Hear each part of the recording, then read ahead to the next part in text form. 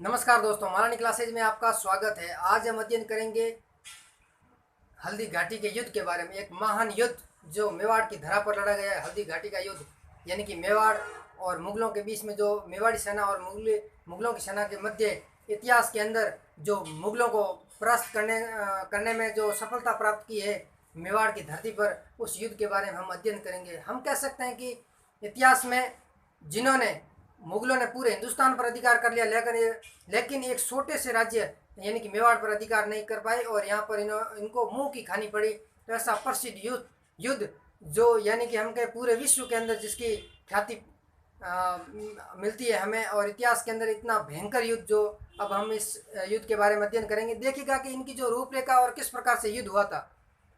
तो जो मेवाड़ी सेना थी, मेवाड़ी सेना के अंदर जो आगे सेनापति का जो नेतृत्व किया था वो हकीम का सूर ने किया, और ये पठान अफगान से आए हुए थे, पठान सेनापति थे, और इन्होंने हरावल का नेतृत्व किया। जो सेना में आगे का भाग होता है उसे कहते हैं हरावल, जो पीछे का भाग होता है उसे कहते हैं चंदावल, और जो बीच में होता है उसे कहते हैं ढोलान। तो इस मेवाड़ी सेना के अंदर जो देखिएगा, हकीम का सूर ने सेनापति यानी कि हरावल का नेतृत्व किया है, और जो पूंजा जी थे, पूंजा जी भील सेनापति थे, और उन्होंने चंदावल यानी सबसे पीछे चंदावल का नेतृत्व किया है। और मेवाड़ी सेना के अंदर जो कमांडर यानी कि हम कहते हैं नेतृत्व किया है, सेनापति का नेतृत्व किया है और अपनी जो कमान हाथ में रखी है वो हाथ में रखी है, महाराणा प्रताप स्वयं थे। यानी कि ढोलान का नेतृत्व किया है, वो बीच में होता है उसे कहते हैं ढोलान, और जो इसे कहते हैं कमांडर यानी कि ढोलान। और ये जो महाराणा प्रताप स्वयं थे, बीच में महाराणा प्रताप स्वयं थे, और बीच में आगे सेना थी। इस प्रकार से ये देखो सेना, ये इस प्रकार से सेना खड़ी थी, और बीच में महाराणा प्रताप, और पीछे भी सेना खड़ी थी, और पीछे पूंजा जी थे। और इनके महाराणा प्रताप के पास में यानी महाराणा प्रताप चेतक हाथी पर सवार थे, और इनके पास में थे वो राम सिंह तंवर यानी कि ग्वालियर के शासक, और रामरख कुंवर इनके ससुर थे, और कृष्णदास सुंडावत जो इनके कमर पर तलवार बांधी थी, तो ये इनके पास में थे। और झाला बीदा यानी झाला बीदा या झाला मना जो ये इनके सेनापति है, और अखेरा सोनगरा इनके नाना जी है, ये भी इनके पास में। यानी कि ये इतने वीर ये महाराणा प्रताप के इर्द गिर्द यानी आस पास में थे, और पीछे सेना, आगे भी सेना थी। आगे नेतृत्व किया था हकीम का सूर ने, और पूंजा जी ने है वो चंदावल यानी पीछे चंदावल का नेतृत्व किया। अब देखिएगा जो युद्ध का जो नेतृत्व किया है, ये 18 जून 1576 के दिन आमना सामना होगा हल्दी घाटी के मैदान के अंदर। सुबह 8 बजे आमना सामना होगा, और जो इनका सेना थी वो 1:4 थी, यानी कि एक व्यक्ति इनका तो 4 व्यक्ति इनका। अब देखिएगा मुगल सेना किस प्रकार से थी। मुगल सेना के अंदर सबसे आगे मान सिंह सेनापति था, यानी मर्दाना हाथी पर सवार मान सिंह जो हरावल का नेतृत्व कर रहा था, और पीछे जो है चंदावल का नेतृत्व आसफ खां कर रहा था। आसफ खां कमांडर हम कह सकते हैं, और बीच में सेना थी, और ये सेना थी 3,20,000, और ये सेना थी 80,000। अब इनका आमना सामना 18 जून 1576 के दिन सुबह 8 बजे दोनों ओर से शंख फूंक दिया जाएगा और आमना सामना होगा। देखो, जून महीना गर्मी का एक हम कहते हैं कि जो राजा होता है, तो उस गर्मी के भयंकर सुबह जब सूर्य उदय होता है, तो सूर्य की किरणों के साथ में इधर से राजपूत शासक अपनी इस जैसे ही सूर्य ने तेवर दिखाना शुरू किए, चमकीले ललाट के साथ में और लाल आंखों के साथ में, दोनों हाथों में तलवार लिए, और जा पड़ते हैं किस पर, मुगलों की ओर बढ़ते हैं। कमनौर की पहाड़ियों के अंदर जो हल्दी घाटी का युद्ध है, जो मैदान है, उस मैदान के अंदर इधर से मुगलों की सेना आ रही है, इधर से मेवाड़ी सेना जा रही है। जो पहला वार था हकीम का सूर का इतना तेज था कि पहले वार के अंदर मुगलों को मेवाड़ की धरा से पसार दिया, और 4 किलोमीटर वापस चले गए थे ये मुगल सेना भाग खड़ी हुई, यानी 4 किलोमीटर तक पीछा भी किया इन्होंने, और पीछे चली गई थी जो मुगलों की सेना। पहाड़ों के अंदर इनको आक्रमण इतना करना आता नहीं था, और मैदान के अंदर इस भयंकर जो पहला जो आक्रमण था इतना भयंकर था कि 4 किलोमीटर वापस चले गए। अब ये होता है जब ये वापस चले जाते हैं तो इनके अंदर जज्बा है वो खत्म हो जाता है। इधर इनके अंदर जज्बा था कि हमने एक बार के लिए इनको खदेड़ दिया है। अब इनके अंदर एक व्यक्ति था जिसका नाम था मियतर खां, और मियतर खान ने एक झूठी अफवाह फैला दी कि बादशाह अकबर इस युद्ध के अंदर आ रहे हैं। तो इनके अंदर और जज्बा बढ़ा, और ये वापस मेवाड़ की धरती की ओर बढ़े, और 4 किलोमीटर तक ये वापस गए होते तो वापस आए। अब युद्ध हो रहा था, तो युद्ध के अंदर एक बार के लिए हाथियों के मध्य युद्ध हुआ। जो मेवाड़ की ओर से हाथी था राम प्रसाद और लूणा और खांडेराव, तो इस प्रकार इनके हाथी थे जिसका नाम था गजमुक्ता गजराज, ये हाथी थे इनके इनके हाथी थे। इन हाथियों के मध्य युद्ध होता है और उस हाथी के अंदर जो राम प्रसाद हाथी है इसने मुगलों के 40 हाथियों को मार गिराया था इस मेवाड़ की धरा पर। और ये फिर मुगलों के हाथियों ने मिलकर के एक घेरा बनाया और घेरे के अंदर बड़ी मशक्कत के साथ में बंदी बनाया था इस राम प्रसाद हाथी को। और राम प्रसाद को जब उसके ऊपर मावत था, मावत को मार दिया और मावत को मारने के बाद में एक जो इनका मुस्लिम शासक था जिसने इसके ऊपर कूद करके और उसको नियंत्रण में ले लिया। अब जब महावत मारा गया तो राम प्रसाद अपने जो आपे से बाहर हो गया और इसने इतनी खलल मचा दी कि कई मुगलों को इसने अपने पांवों तले कुचल दिया और जो मुगलों के हाथी थे वो 5-7 हाथी वो भी मारे गए। और फिर इसको बड़ी मशक्कत के साथ में बंदी बना करके इस हाथी को लेके गए आगरा किले के अंदर और वहाँ 19 दिन के बाद में इसकी मृत्यु होगी। और न तो वहाँ अन्न लिया न ही जल लिया और वहाँ इसकी मृत्यु होगी। और उस पर दुख व्यक्त किया है अकबर ने भी कि ये एक पशु भी है, हमारे अधीन नहीं हो सका तो महाराणा प्रताप हमारे अधीन कैसे होगा। ये हाथियों का युद्ध हुआ। अब हाथियों के युद्ध के बाद में जब सूर्य ने अपने तेवर दिखाना शुरू किए और 12 बजे के आसपास जब सूर्य ने जैसे ही सूर्य का प्रकाश तेज हुआ और जो हमारा जो पसीना है वो सोटी से लगा करके एडी तक एक हो गया और इधर राजपूत शासकों के अंदर जज्बा भरा हुआ था, उधर मुगलों के अंदर आमने सामने सेना और भयंकर युद्ध हुआ। उस भयंकर युद्ध के अंदर ढोलान का नेतृत्व कर रहे महाराणा प्रताप ने यहाँ से अपने चेतक हाथी पर सवार थे। महाराणा प्रताप चेतक हाथी एक हम कह सकते हैं कि जो अपने स्वामी के प्रति जो इतना तेज फुर्तीला था कि इसने अपने स्वामी भक्ति को नहीं छोड़ा और अपने स्वामी भक्ति को समझते हुए ये इतना तेजी से आगे बढ़ा कि 2 बजे के आसपास यानी कि दिन को 2 बजे भयंकर गर्मी के जैसे सूर्य ने अपने तेवर तेज कर दिए और उस तेज तेवर के साथ में ये जो मर्दाना हाथी के पास जा पहुंचता है कौन, चेतक। जब जैसे ही चेतक जा पहुंचता है मर्दाना हाथी पर और मर्दाना हाथी पर सवार है मानसिंह और मर्दाना हाथी पर चेतक जाते ही अपने दोनों पांवों को टिका देता है मर्दाना हाथी की सूंड पर और मर्दाना हाथी भी कंफ्यूज हो जाता है कि ये हाथी का बच्चा है या क्या है। फिर पता चलता है ये तो एक कोई घोड़ा है क्योंकि चेतक के मुंह पर लगी हुई थी हाथी की प्रतिमा लगी हुई थी यानी हाथी का सूंड लगा हुआ था। अब ये भी कंफ्यूज हो गया है हाथी। अब जैसे ही उन हाथी के सूंड पर दोनों पांव रखे और महाराणा प्रताप अपने तर्कस से भाला निकालता है और भाले का इतना तेज वार करता है, इतने जोरदार वार के साथ में जब वो वार करता है तो उसका मावत मारा जाता है। मर्दाना हाथी पर जो मावत है वो मावत मारा जाता है और पीछे ओहदे में बैठा मानसिंह छिप जाता है। छिप जाने से मानसिंह तो बच जाता है लेकिन जो ओहदे का एक भाग है वो टूट जाता है, उस भाले के साथ में ही जाता है। और जैसे ही हाथी ने अपने हाथी के चेतक ने पांव नीचे उतारे तो हाथी के जो सूंड था सूंड के अंदर जहरीले खंजर छुपाए हुए थे और हाथी ने एक खंजर मार दिया जिसकी वजह से चेतक का एक पांव कट गया युद्ध क्षेत्र के अंदर। कुछ खून मर्दाना हाथी के ऊपर विराजमान मानसिंह के लगा और कुछ खून महाराणा प्रताप पर लगा और इतना जोरदार वार किया था भाले का। जो जैसे ही भाले का वार किया तब एक बार के लिए ये युद्ध ठहर गया। हम कह सकते हैं कि मेवाड़ की सेना थी, मेवाड़ी सेना थे और मुगलों की सेना थी, उन दोनों ने तलवारें चलाना बंद कर दी।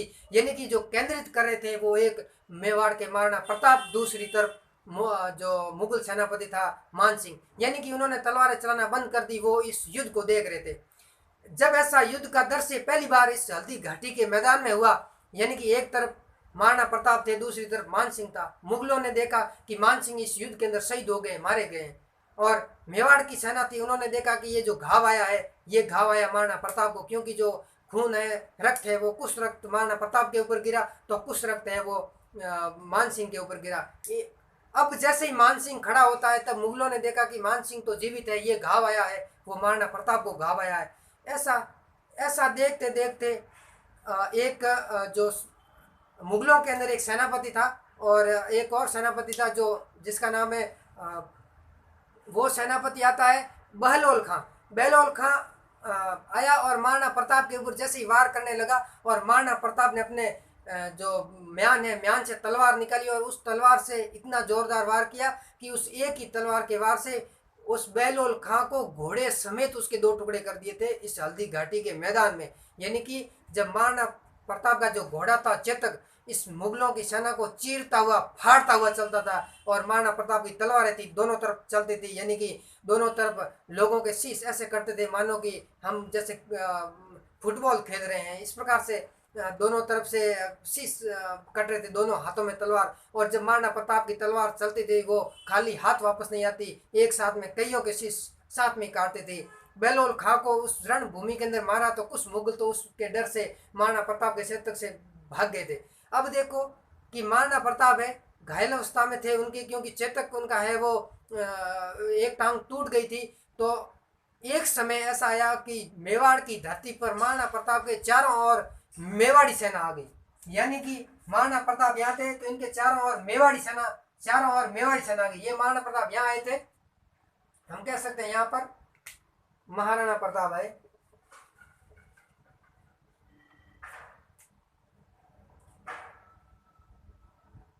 यहाँ पर आए थे तो एक तरफ इनके तरफ मेवाड़ी सेना आ गई। क्या आ गई थी?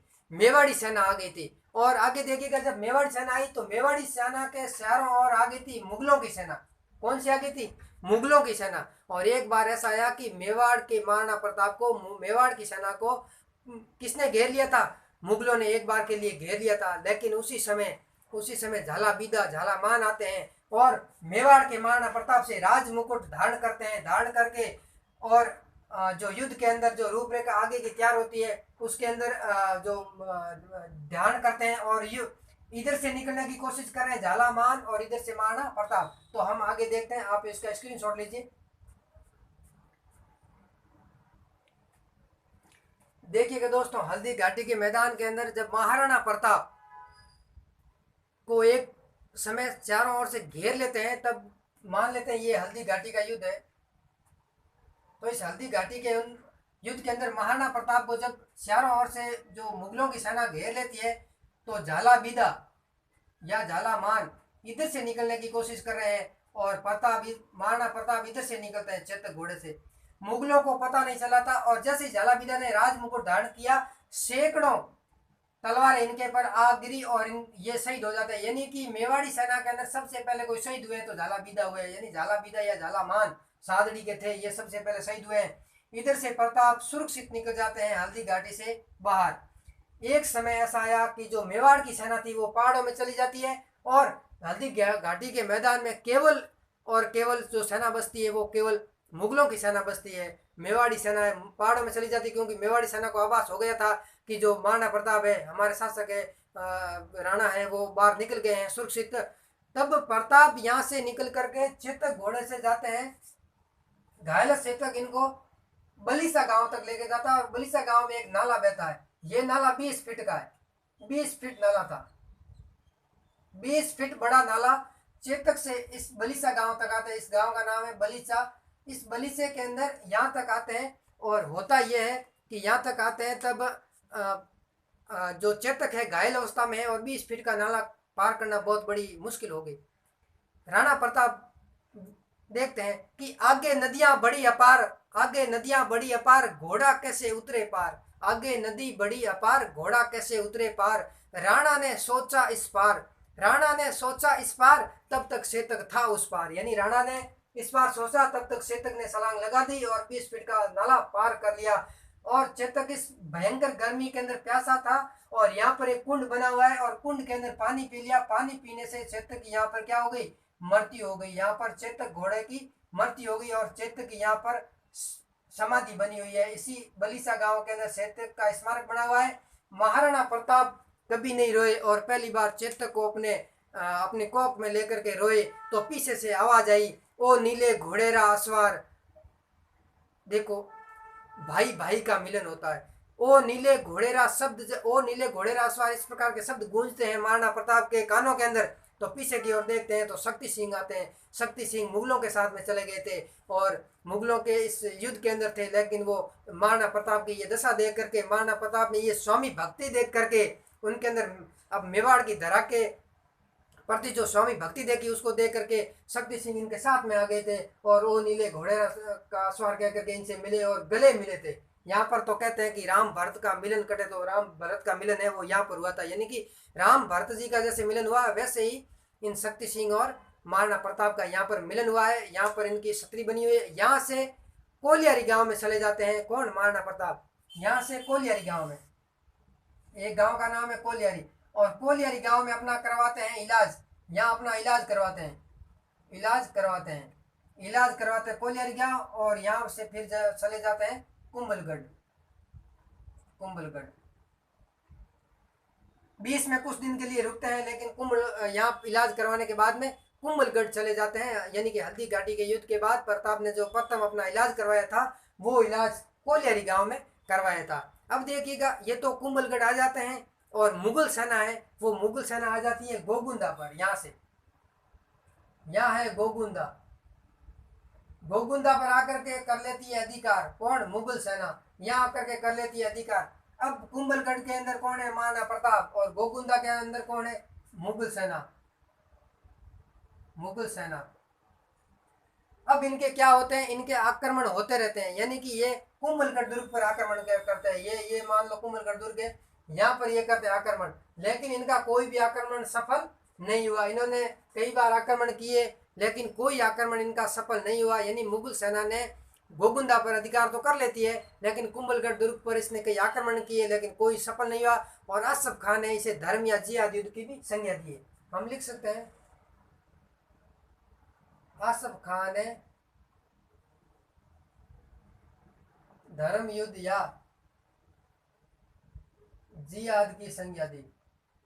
देखो, जब हल्दी घाटी का युद्ध हुआ था उस समय जो मुगल थे, मुगलों ने पूछा था आसफ खान से कि इस युद्ध के अंदर पता नहीं चलता कि हमारे साथ जो राजपूत है वो कौन से हैं और मुगलों के राजपूत कौन से हैं और मेवाड़ी राजपूत कौन से हैं, हम किसे मार, कहीं ऐसा नहीं हो कि हम अपने ही राजपूतों को मार दे अपने सेना के साथ में। तो आसफ खान ने कहा था कि जो भी मारा जाए, राजपूत मारा जाए, यानी कि हमें कुल में जो हमें है राजपूतों को वध करना है, राजपूतों को मारना है, तो जिससे कि हमारे मुगल हैं इसका अधिकार होगा। यानी चाहे उनके मारे जाए चाहे हमारे मारे जाए, राजपूतों को क्या करना, मारना, ऐसा इस आसफ खान ने कहा था और जिहाद की क्या दी थी, संज्ञा दी थी। अब यहाँ से इनके आक्रमण होते हैं, लेकिन कुंभलगढ़ से भी कम नहीं थे।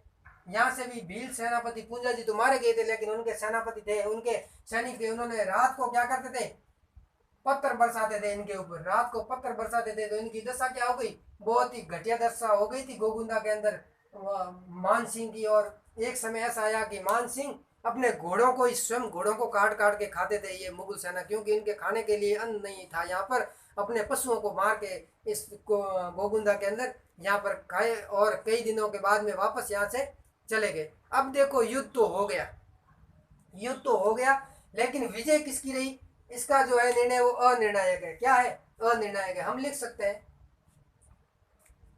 इतिहासकार मानते हैं, ज्यादातर इतिहासकार ये मानते हैं कि ये युद्ध है अनिर्णायक रहा है, लेकिन मुगल इतिहासकार ये मानते हैं कि अनिर्णायक जो युद्ध में विजय हुई है वो अकबर की विजय हुई है। ज्यादातर भारतीय इतिहासकार और आधुनिक इतिहासकार और मेवाड़ के इतिहासकार ये मानते हैं जो जीत हुई है, जो विजय हुई है, वो विजय महाराणा प्रताप की हुई है। और हम मानते हैं कि जो विजय हुई है वो महाराणा प्रताप की हुई है। तो लिख सकते हैं जो विजय हुई है, इस युद्ध के अंदर जो विजय हुई है वो महाराणा प्रताप की हुई है। महाराणा प्रताप की हुई, कैसे हुई है, इसके कई कारण भी है। महाराणा प्रताप की हुई है, जब यहाँ से गोगुंदा से जब वापस चले जाते हैं कौन, आसफ खां और मान सिंह, तब अकबर इनको एक बार के लिए दुर्ग में आने के लिए मना कर देता, मिलने के लिए भेंट करने से भी मना कर देता है कि आप युद्ध जीत करके नहीं आए। इसलिए जो हार होती है वो मुगलों की क्या होती है, हार होती है, और विजय होती है वो मेवाड़ के महाराणा प्रताप की होती है। इनका एक तर्क था, इनका एक मानना था कि महाराणा प्रताप की विजय होने का एक प्रमाण मिलता है कि मेवाड़ के अंदर जब हल्दी घाटी का युद्ध हुआ उसके बाद में भी जो सिक्के चलते थे वो महाराणा प्रताप के चलते थे, मुगलों के नहीं चलते थे। इससे ये साबित होता है जो विजय हुई है वो महाराणा प्रताप की हुई है। और ये हम कह सकते हैं कि जो सिक्के चलते हैं वो सिक्के मिले हैं वो महाराणा प्रताप के मिले, न कि मुगलों के। अब ये युद्ध तो हो गया और इस युद्ध के अंदर जो विजय है वो महाराणा प्रताप की हुई है। आप स्क्रीनशॉट लीजिए।